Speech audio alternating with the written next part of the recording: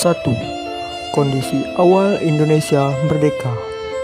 Secara politis, keadaan Indonesia pada awal kemerdekaan belum begitu mapan. Ketegangan, kekacauan, dan berbagai insiden masih terus terjadi. Sebagai contoh, rakyat Indonesia masih harus bentrok dengan sisa-sisa kekuatan Jepang. Jepang beralasan bahwa ia diminta oleh sekutu agar tetap menjaga Indonesia dalam keadaan status quo.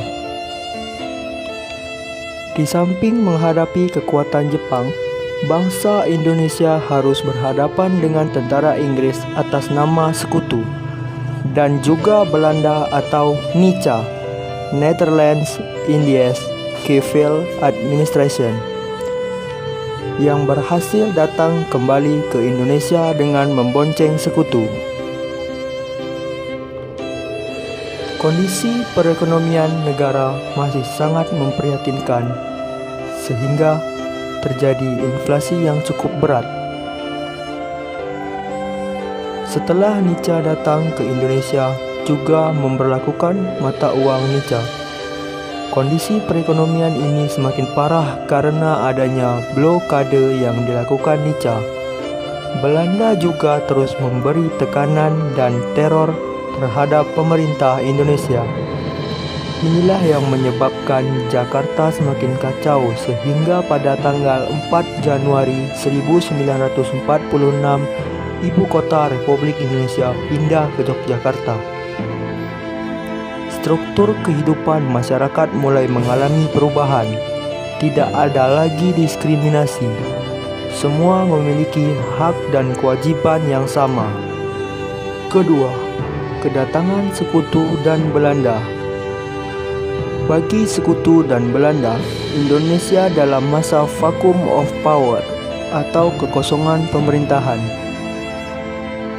Logika Belanda adalah kembali berkuasa atas Indonesia seperti sebelum Indonesia direbut Jepang. Dengan kata lain, Belanda ingin menjajah kembali Indonesia. Bagi sekutu, setelah selesai PD2, maka negara-negara bekas jajahan Jepang merupakan tanggung jawab sekutu. Sekutu masuk ke Indonesia diboncengi NICA. Mereka masuk melalui beberapa pintu wilayah Indonesia, terutama daerah yang merupakan pusat pemerintahan pendudukan Jepang seperti Jakarta, Semarang, dan Surabaya. Setelah PD2 terjadi, perundingan Belanda dengan Inggris di London yang menghasilkan Civil Affairs Agreement. Isinya tentang pengaturan penyerahan kembali Indonesia dari pihak Inggris kepada Belanda, khusus yang menyangkut daerah Sumatera sebagai daerah yang berada di bawah pengawasan SEAC, Southeast Asia Command. Di dalam perundingan itu dijelaskan langkah-langkah yang ditempuh. Fase pertama, tentara sekutu akan mengadakan operasi militer untuk memulihkan keamanan dan ketertiban. Fase kedua, setelah keadaan normal, pejabat-pejabat NICA akan mengambil alih tanggung jawab koloni itu dari pihak Inggris yang mewakili sekutu. Setelah diketahui Jepang menyerah pada tanggal 15 Agustus 1945, maka Belanda mendesak Inggris agar segera mensahkan hasil perundingan tersebut. Pada tanggal 24 Agustus 1945, hasil perundingan tersebut disahkan. Untuk melaksanakan isi perjanjian Potsdam, maka pihak SWPAC di bawah Lord Louis Mountbatten di Singapura segera mengatur pendaratan tentara sekutu di Indonesia.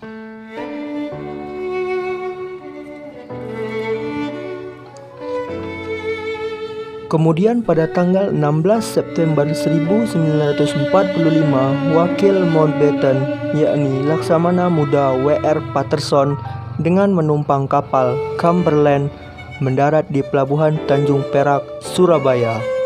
Dalam rombongan Patterson ikut serta Van der Plas, seorang Belanda yang mewakili Haji van Mook, pemimpin Nica.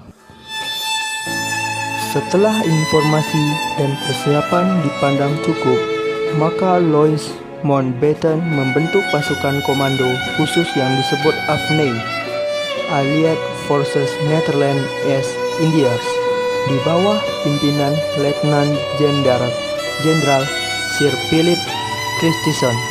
Mereka tergabung di dalam pasukan tentara Inggris yang berkebangsaan India, yang sering disebut sebagai tentara Gurkha.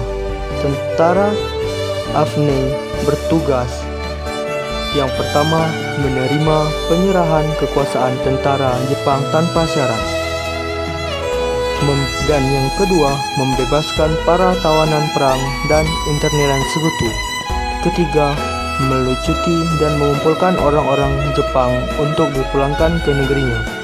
Keempat, menegakkan dan mempertahankan keadaan damai, menciptakan ketertiban dan keamanan untuk kemudian diserahkan kepada pemerintahan sipil. Dan yang kelima, mengumpulkan keterangan tentang penjahat perang untuk kemudian diadili sesuai hukum yang berlaku. Pasukan sekutu yang tergabung dalam AFNE mendarat di Jakarta pada tanggal 29 September 1945. Kekuatan pasukan AFNE dibagi menjadi 3 divisi, yakni yang pertama Divisi India 23 di bawah pimpinan Jenderal D.C. Houghton. Daerah tugasnya di Jawa bagian barat dan berpusat di Jakarta. Yang kedua, Divisi India 5 di bawah Komando Jenderal E.C. Mansek bertugas di Jawa bagian timur dan berpusat di Surabaya. Dan yang ketiga, Divisi India 26 di bawah Komando Jenderal H.M. Chambers bertugas di Sumatera, pusatnya ada di Medan.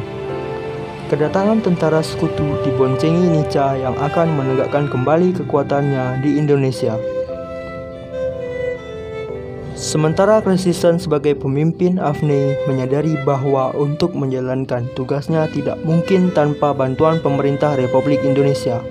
Oleh karena itu, Christison bersedia berunding dengan pemerintah Republik Indonesia.